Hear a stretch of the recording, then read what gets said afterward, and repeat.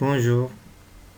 موضوعنا اليوم ناول مقال في مجلة باج 60 بالكتاب مالتكم. الموضوع comprendre un article d'un magazine de consommateurs، كيفية فهم مقال في مجلة. Que choisir numéro spécial page 83-84 سبتمبر 2006. النص راح أقرأ page 60 مثل ما قلنا. De la lecture côté jardin. Comprendre un article d'un magazine de consommateurs. Les relations avec les voisins peuvent être simples ou compliquées. Par exemple, en France, la loi permet de planter ce qu'on veut dans son jardin. Des pins, des cerisiers, des pommiers. Mais il faut respecter les distances réglementaires entre ces arbres et la propriété du voisin.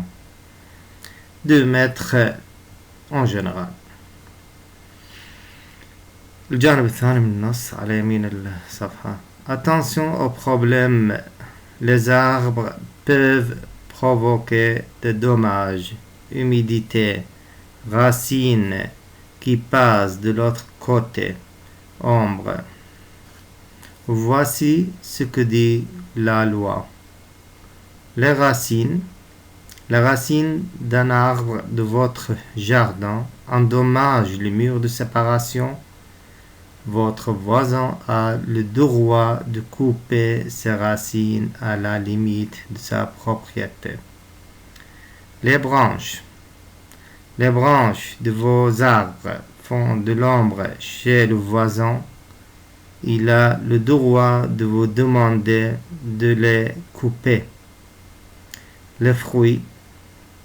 Vos pommes poussent sur les branches de votre arbre. C'est toujours vous le propriétaire de ces fruits. Mais si les pommes tombent par terre, alors c'est votre voisin qui va les manger. Voilà comment rester bon voisin. طبعا هذا النص اللي قرأته راح تشوفوه هسه مشروح بالديابوات الأخرى اللي هسه راح أشرحها، وبس أنتم أريدكم أيضا تقرأوا ومفردات تترجموها الكلمات حتى تشوفوا الشرح هسه راح تفهم بصورة أكبر. الفقرة الأولى. La relation entre les voisins peuvent être فيما يخص العلاقات بين الجيران. La relation entre les voisins ممكن أن تكون أما A simple أو B compliqué. simple بسيطة أو compliqué. طبعا ممكن أن تكون بسيطة أو معقدة مركبة. هذا يعتمد على المعايير اللي يتم احترامها من قبل الطرفين. في هذا الديابو نأخذ تشوفون الفقرة رقم 2. En France, la loi permet. هنا فقرة مهمة أنه القانون يتدخل. La loi القانون permet de planter ce qu'on veut dans son jardin. قانون يسمح بزراعة ما يرغب به الشخص في حديقته. Des pins, des cerisiers, des pommiers، مختلف أنواع الأشجار، هذه أمثلة عليها. Mais il faut respecter، لكن يجب احترام les distances réglementaires entre ces arbres et la propriété du voisin. فقرتين اللي هي distance réglementaire entre les arbres، مسافات النظامية بين الأشجار، وفقرة ثانية la propriété du voisin، ملكية الجار. 2 mètres en général. في هذا الفقرة أيضا هذه كل المواضيع اللي هي يشتمل عليها النص اللي قرأناه بالبداية. les problèmes provoqués par les arbres.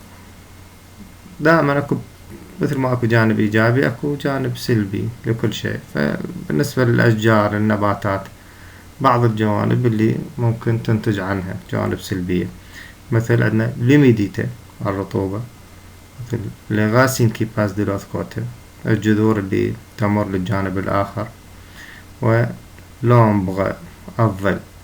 راح نشوف هذه بعض الصور. par exemple les racines endommagent les murs de séparation.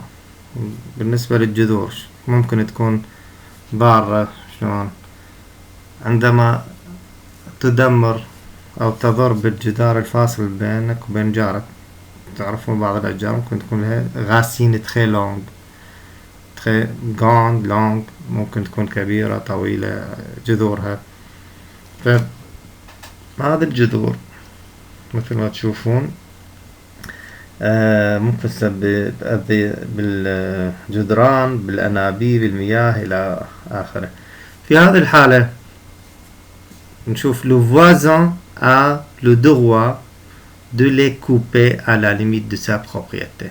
هذه الفقرة اللي موجودة أنه الجار ممكن يقطعها فيما يخص التعدي على ملكيته، هو يقطعها. فيما يخص les branches font de l'ombre، إذا كان الظل أيضا بعض الأشخاص ينزعج من الظل اللي سبب الأشجار الأخرى على ملكيته. فإذا كان les branches font de l'ombre، le voisin dans ce cas le voisin a le droit، له الحق الجار في هذه الحالة de vous demander de les couper، أن يطلب منك قطعها. donc ce que dit la loi فيما يخص les fruits، هنا ينمر على الجانب الآخر اللي يخص الثمار، ثمار الأشجار. رقم numéro 3 les pommes sur les branches، إذا كانت الثمار على الأغصان vous êtes le propriétaire، تكون أنت هنا المالك. أما إذا كانت le pomme tombe par terre، إذا سقطت على الأرض c'est votre voisin qui va les manger، إذا من حق الجار أكلها. la relation avec les voisins. En France, la loi permet de planter ce que veut dans son jardin، mais il faut، مثل ما قلنا سابقا، إذن القانون في فرنسا يسمح لك بزراعة ما ترغب به، لكن على شريطة أن respecter les distances entre les arbres. Et deuxième point, respecter la propriété du voisin. Donc, la propriété du voisin et la distance. الديابو الأخير اللي هو هذا، في عدة أسئلة، 8 أسئلة، page 61 بالكتاب مالكم. أريد من عندكم أن تجاوبوا هذا الأسبوع، تدزون كتبون بالجروب على التليجرام الإجابات اللي يشوفوها لكل فقرة.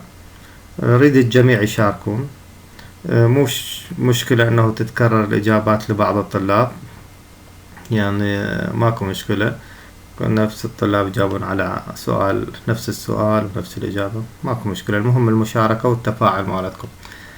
وأنا طبعا إن شاء الله بداية الأسبوع القادم أيضا أنزلكم الإجابات، لكن هسه حاليا أريدكم أنتم ترسلون الإجابات. تمنياتي لكم بالتوفيق.